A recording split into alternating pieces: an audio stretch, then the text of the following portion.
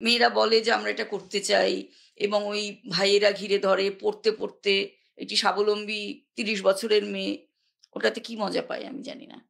পাতা যদি প্রতীক ধরেন কারুর, পাতা হচ্ছে গর্ভের প্রতীক। আচ্ছা। যেকোনো পাতাই। পান পাতাটা সুন্দর বলে পান পাতা ব্যবহার করা হয়। বটপাতা, অশ্বত্থ পাতা, বোগেনভিলিয়ার পাতা যা খুশি ব্যবহার করতে পারেন। কিন্তু পাতা হচ্ছে আল্টিমেটলি প্রজননের প্রতীক। তাহলে পান পাতা দিয়ে একটি মেয়ে যখন আসছে মুখটা ঢেকে, আসলে একটি গর্ভ আসছে। কারণ গর্ভের জন্যেই তো এই পুরো বিবাহ প্রতিষ্ঠানটির আয়োজন।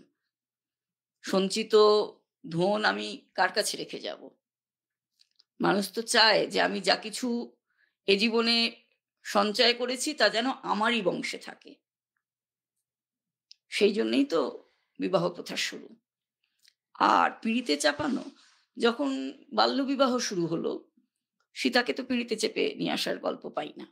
যদিও এগুলো গল্পই কিন্তু তবুও মহাকাব্যে কিছু তো সেই সময় নিয়ম নীতি, খাদ্যাভ্যাস, পোশাক অভ্যাস এগুলো জানা যায়।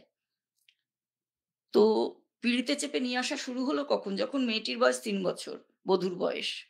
তাকে কিন্তু বেনারসি পরানো হয়েছে। সোনার গয়নাও পরানো হয়েছে। সে আসবে কি করে? ৩ বছরে এমনিতেই হাঁটার ক্ষমতা থাকে না। তার উপর ঐরকম ভাবে। তাকে তো পিঁড়িতে চেপেই আনা হতো। সেটা এখনো রয়ে গেছে। এবং অবাক লাগে মাঝে, মাঝে যে মেয়েরা বলে যে আমরা এটা করতে চাই এবং ওই ভাইয়েরা ঘিরে ধরে পড়তে, পড়তে একটি স্বাবলম্বী ৩০ বছরের মেয়ে ওটাতে কি মজা পায় আমি জানি না। যেকোনো কিছুতে মজা পেতে গেলেও বোধহয় আমাদের একটু ইতিহাস জানা উচিত। যে সত্যিই কোনটা মজা আর কোনটার মধ্যে বিরাট অবমাননার ইতিহাস লুকিয়ে আছে।